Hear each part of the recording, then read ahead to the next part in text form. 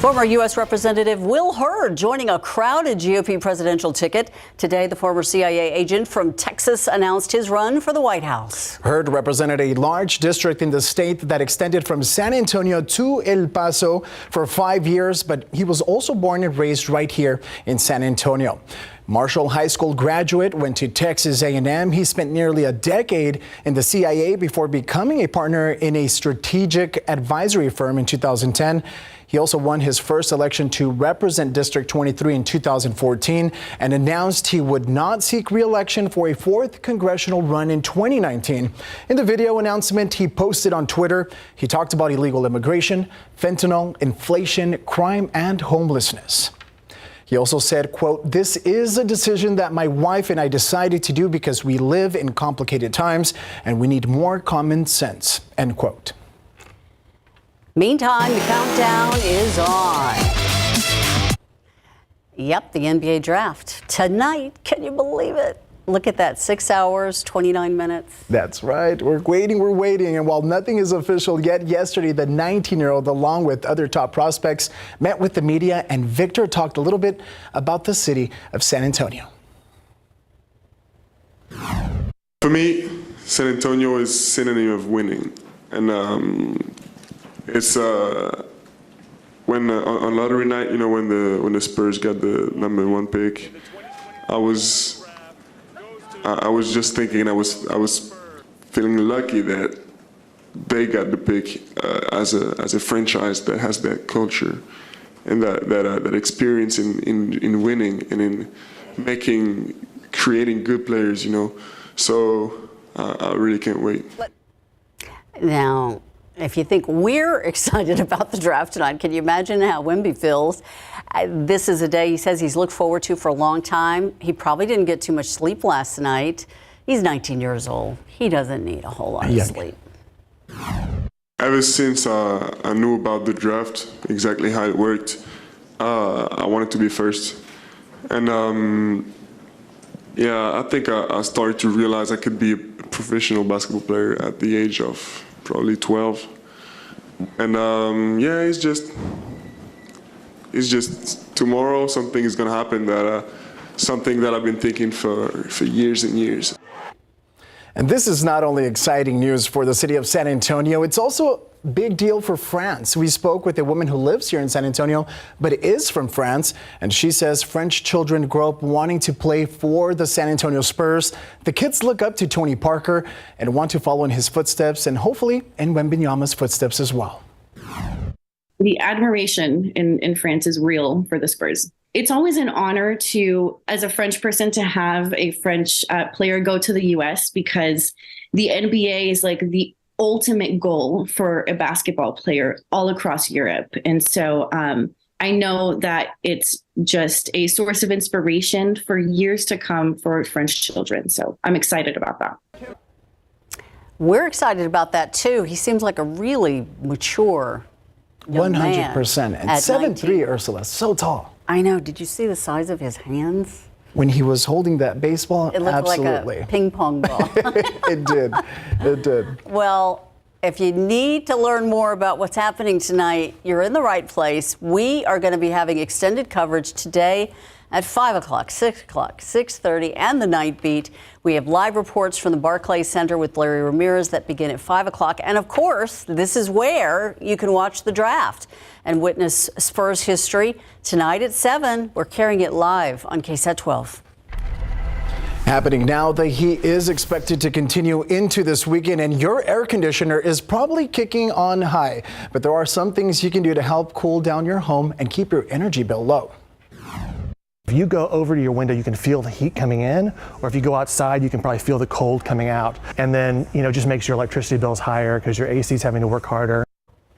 Any of those holes can be sealed up to keep the cold air in.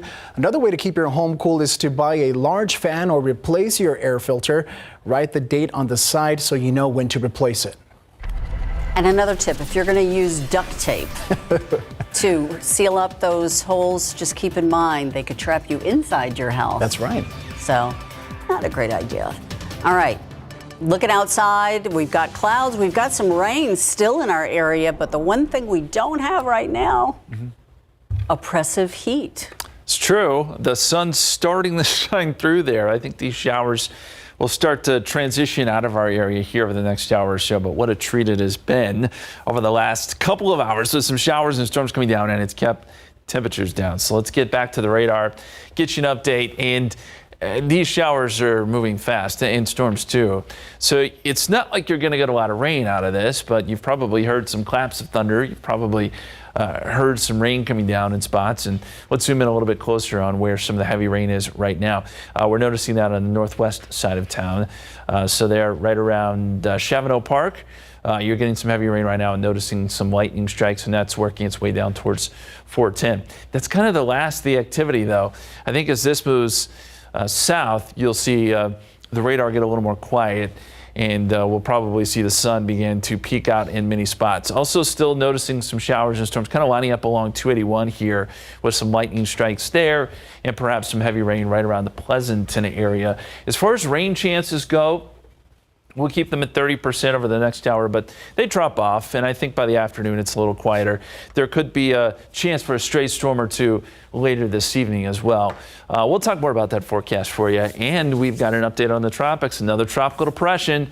More on that in just a bit, guys. Thank you, Justin. As Bexar County continues to evolve, so does the need for better roadways. The county's Public Works Department busy studying roads to assess the conditions and determine what type of improvements are needed. Stephen Gavasso showing us the advanced equipment that will help drive all that data. Better transportation, better quality of life. Now, these multifunctional vans play a big part in that, or otherwise MFEs. Think about it like a camera on wheels. Let me show you what I'm talking about. This up here is a laser crack measurement system, and basically what it does, it measures the cracks out on the roadways. And let me also show you what's happening up here. This is a GPS antenna. All it does tells us basically where this van is at. Now let's find out what's happening inside. Now, all that data is being collected back here while someone is driving the van, and all of it is being used to find ways to improve the roadways out in the county. It's a method that we use to rate all the county streets and to come up with the right treatment for every street or the streets that are needed, as well as the budget that we need for to maintain the roads in the county. Now, these MFEs have actually been used before. It started in 2007. Since then, they've actually expanded to about 1,500 miles of county-maintained roadways, and that's due to all the growth that we're seeing out in Bexar County. All right, now keep this in mind as well. It takes a few months before that data is fully analyzed. We should have an answer as to what those findings are as early as September. Now, if you want to find out exactly how this vehicle fully functions, just head over to our website, KSAT12. For now, reporting, Stephen Cavazos, KSAT 12 News. Still ahead, what the only witness in a murder trial says she saw the night her friend died. Plus, crews near Houston working to fix this road on your screen right now, what they say caused this mess to happen. And why the Federal Trade Commission is suing Amazon, that's coming up after the break.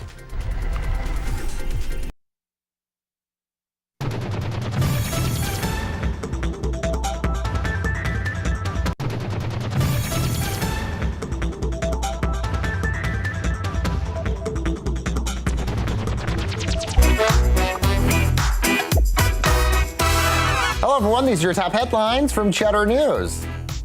Lab-grown chicken will now be offered in some restaurants across the country. 2 companies had their products approved by the Department of Agriculture yesterday. The cultivated chicken is grown in steel tanks and is made from cells of living animals. The meat can be produced in the shape of cutlets, nuggets, shredded meat, and even satays.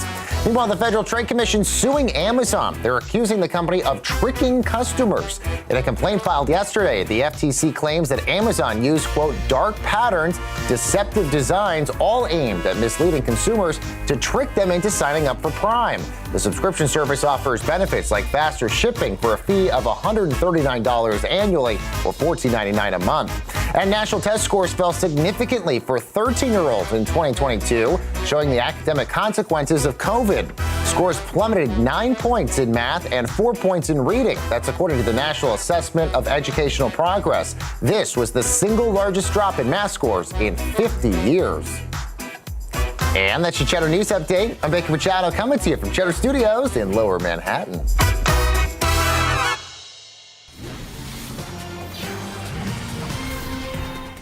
A man accused of killing his ex-girlfriend 4 years ago has learned his fate. Brian Ontiveros will spend the rest of his life in prison. Last Friday, a jury convicted him of killing Marissa Jernigan in 2019. Yesterday, the jury deliberated for an hour before handing him his life sentence. Ontiveros was on the run for about 3 years before he was arrested in Mexico last March. Testimony continuing today for a man accused of killing another man with a shovel back in 2021. Miguel Gonzalez is accused of killing Frank Hammonds 2 years ago. On June 12, 2021, Gonzalez was working as a ranch hand on a property in southern Bexar County. The defense tells the jury that this was a case of self-defense and that Hammonds was taunting Gonzalez and came at him first with a shovel. Only one person was there to witness it all. It was a friend of Hammond's who was talking to him before that attack. He just comes and then he says something to Frank, and Frank looks up and then he just swings that shovel at him and hits him in the head. Estela Cantu, in her testimony, also told the jury that at no time did Hammonds ever threaten Gonzalez. Testimony in the trial continues today and tomorrow. If found guilty, Gonzalez faces up to life in prison. And taking a look outside with live cam, it is 76 degrees. Justin, we've been breaking records all week, but that number looks really nice and it feels even better. Yeah, you're right about that. Temperatures are going to look at that. It just jumped up to 86. Did you see that? Yeah. That's what's going to happen because the sun's going to pop out and that rain cooled air is going to quickly go away. But I think just with the cloud covering the rain this morning, it helps a little bit, and we should keep temperatures in check today. Not as hot as the last couple days. So far at the airport, 0.06 of an inch of rain, not a lot, but it was, again, enough to cool us down. We'll look at our rain chances for tonight, plus this weekend, and a look to the tropics coming up.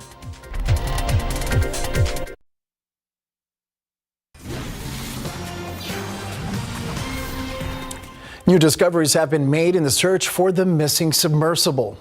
Coast Guard tweeting a remote-operated robot discovered a debris field right near the Titanic. They think it could be the link to the missing Titan. The Coast Guard has scheduled a news conference at 2 o'clock this afternoon in Boston to discuss those findings, and we, of course, are going to bring that to you online and during our 5 o'clock show. We should also mention that they have identified a couple of pieces of the Titan, but they have not found the hull. So we'll hear more about what exactly they did find and what that we can surmise from the discovery. What they're saying is basically if you found a few fragments, right, the whole thing is fragmented. That's correct. And as you mentioned, the U.S. Coast Guard right now analyzing those findings. And of course, we'll learn more later today. The heat proving to be a big issue, not just for us, but for our roads in the state. Take a look. Construction crews working to fix this buckled road in Brazoria County. Crews working on the damaged road believe it buckled from the extreme heat that we've been seeing across our state. And I imagine that's not the only one. Goodness, not at all. We're going to be checking in with Justin. Justin. Yeah. Extreme heat, guys. You know, yesterday we saw a number in New Braunfels. The heat index went above 120. Okay, wow. So the heat was extreme yesterday. There's no doubt about it. So this rain we're seeing today is so great to see on the radar. And I just heard a lightning strike, or I should say thunder, here in at the studio, and we can see actually that lightning strike on our authority radar. So what we love about this radar is it is great. It's a great tool for us. And right there, you see that lightning strike? That's what we just heard, the thunder here at the station. Is this little cell works through San Antonio. Notice too that the lightning strike is well away from the heavy rains that can happen sometimes. That's why you always got to be careful with lightning. But let's zoom in a little bit closer here, and I'll show you where this little patch of moderate to heavy rain is moving right through Olmos Park, right along 281, moving towards the zoo. So folks at the zoo are going to have to take cover momentarily because this will move through quickly, and then it'll be out of here, and quite possibly the sun pops out thereafter. But this is what we've seen over the morning hours, these pop-up showers and storms. And this is kind of the last one, honestly. Most everything else is either dying down or moving off to the south. We've still got some pretty hefty storms down here to the south, by the way. They've moved through Pleasanton and Jourdanton, but they're working their way down to 281 and towards George West, eventually, if these storms can hold on, you may see some of that activity down there, but it's kind of a broken line that extends well south of San Antonio. And the sun is beginning to pop out. We're seeing that on a lot of the TransGuide cameras. So here's how I think it plays out over the next several hours. 95 at 3 o'clock, 97 at 4 p.m., 98 at 5 p.m. Notice we stay below 100, so that's what these clouds and rain are doing for us. And it looks like the heat index will maybe top out at 103, 104. It's not great, but it's a lot better than it has been. 95 at 7 o'clock, 93 at 8 p.m., 91 at 9 p.m. And then some small chances of rain tonight, too. I can't count it out. I don't think it's a great shot, but possibility that a few storms to our north and west hold on like they did last night and make their way towards San Antonio. 86 at Stinson, 85 at Kelly. These numbers are now on their way up. And as we look across the state, here's what's kind of awesome. We were one of the cooler spots last hour here in San Antonio. I mean, Amarillo is always going to be cooler than us. It feels like 76, but 85 Abilene, 97 San Angelo, 94 Midland, 91 Del Rio. We were in the low 80s earlier, now 87. So the rain was helping us, but now the temperatures will start to spike a little bit. And the reason we are seeing some of this rain, high pressure anchored over Mexico, the flows out of the north and west. We're just close enough to the edge of this ridge of high pressure that we are getting some disturbances that are rolling around it. And that's why we got some rain today. Combine that with some outflow boundaries, and it's good stuff. The forecast heat index today, 104. We'll see bigger numbers down to the south. Very quickly, we got to touch on the tropics. We still have Tropical Storm Brett, and then a new tropical depression. Winds are at 35 miles per hour, gusting at 45. This is going to work west as well. So busy out there in the Atlantic. This is the latest on Brett. Winds are at 70 miles per hour. It will move across the islands right near St. Lucia, and then move west, probably weakening as it does. And then this tropical depression probably moves away from the islands and weakens as we head into next week. 100 tomorrow, 101 Saturday, 103 Sunday, 103 will be the number Sunday, Monday, Tuesday, as the high builds back over us, takes the rain chances away, and heats us up. Guys. Thank you, Justin. Well, draft night is tonight for the NBA. Coming up, we are going to test your knowledge on the Spurs history, including first-round picks and retired jersey numbers.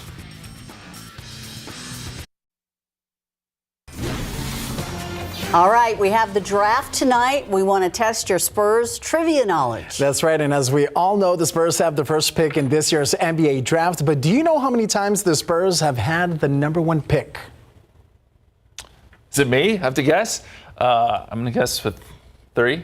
I think it is 3. Yeah. That's right. This is the third time in franchise history that the Spurs have selected in the NBA draft. The previous 2 selections were David Robinson and Tim Duncan. Of course. Now, does anybody know when the Spurs joined the NBA? Oh, wait, the answer is right there. Y'all can't look. Oh, I was actually going to say 1971, but I was going to say 1980.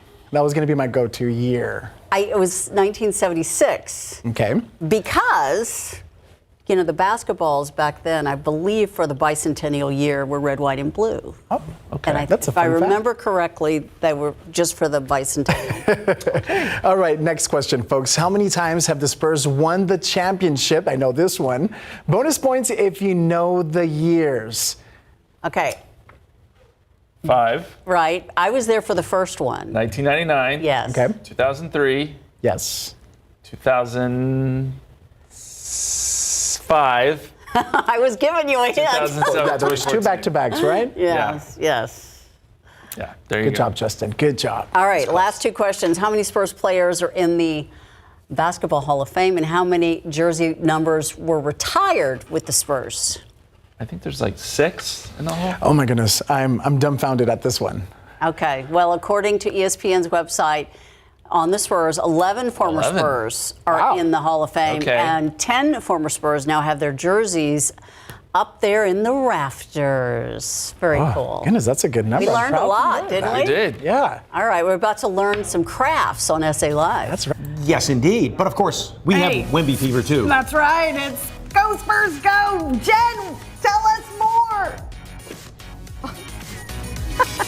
Yes, that's right. We're going to let you know everything you need to know if you're coming to the watch party, NBA Draft watch party here at the AT&T Center, and what you need to know if you want some merchandise as well.